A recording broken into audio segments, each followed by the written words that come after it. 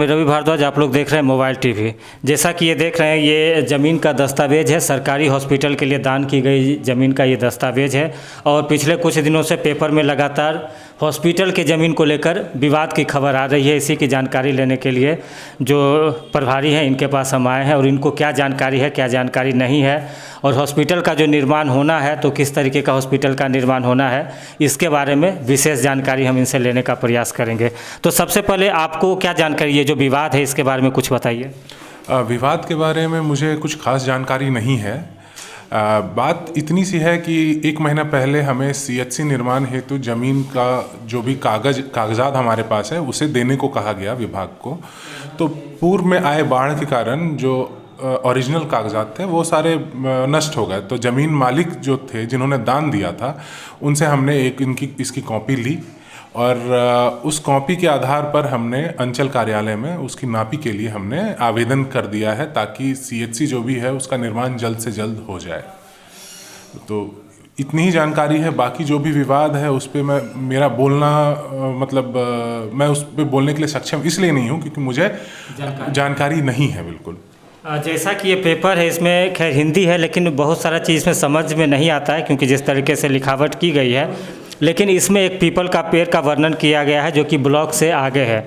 जो वहाँ गड्ढा है उसी में एक पीपल का पेड़ है, उसका जिक्र इसमें हुआ है। तो अनुमान यही लगाया जा रहा है कि जो ब्लॉक की बिल्डिंग बनी हुई है वो कहीं ना कहीं हॉस्पिटल के ज़मीन पर ही बनी हुई है और यहाँ हॉस्पिटल का निर्माण होना है। तो इस विवाद का ख़त्म होना ज़रूरी है। अगर ये सरकारी हॉस्पिटल का ज़मीन है तो यहाँ पर हॉस्पिटल ही बनना है, ऐसा इसमें भी लिखा हुआ है। निर्माण के बारे में विशेष जानकारी देंगे डॉक्टर साहब।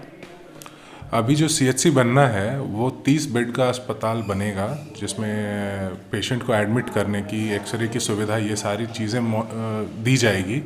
क्योंकि ये जो शामो ब्लॉक है ये बेगूसराय से कटा हुआ है।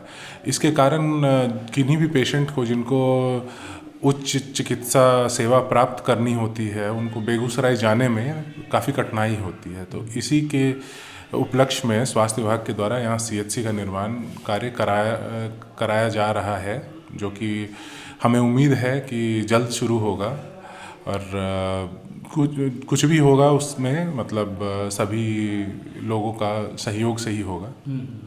हाँ, जैसा है कि ज़मीन का विवाद होता है तो उसमें अगर छोटा सा विवाद होता है तो फिर वो काम रुक ही जाता है। अगर मान लीजिए कि यहाँ ज़मीन पूरा नहीं हो पाता, क्योंकि अगर 30 बेड का बनना है तो उसके लिए तो पूरा स्पेस चाहिए, अगर यहाँ अवेलेबल नहीं हो पाता है तो इसके ऑप्शन में क्या दूसरे जगह भी हॉस्पिटल का स्थानांतरण हो सकता है?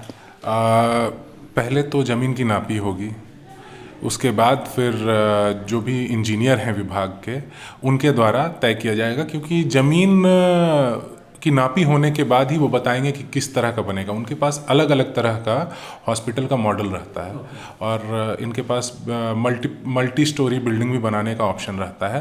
तो एक बार ज़मीन की नापी हो जाए उसके बाद बता दिया जाए कि ये यहाँ बन सकता है तो वो फिर इंजीनियर आ करके अपना नक्शा बना कर लेंगे। मतलब ज़मीन अगर कम भी रहेगा, ऐसा नहीं है कि 1 एकड़ ज़मीन हो, 2 एकड़ ज़मीन हो, उसी में ये बन पाना संभव है?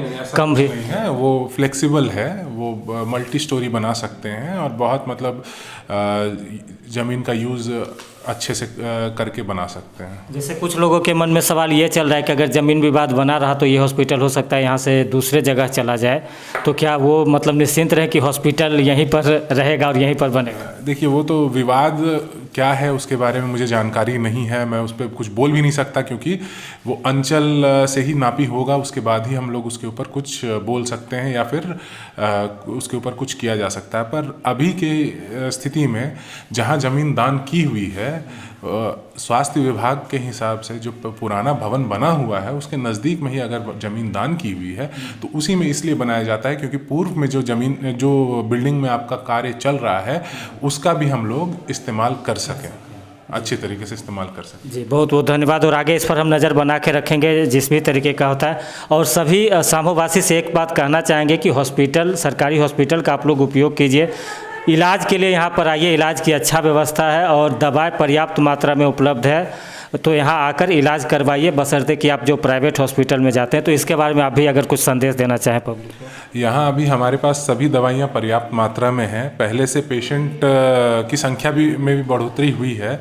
तो एक यही चीज़ है कि खुद से अपना उपचार करने से अच्छा है कि आप अस्पताल में आएँ और जो भी सुविधा है लाभ लें।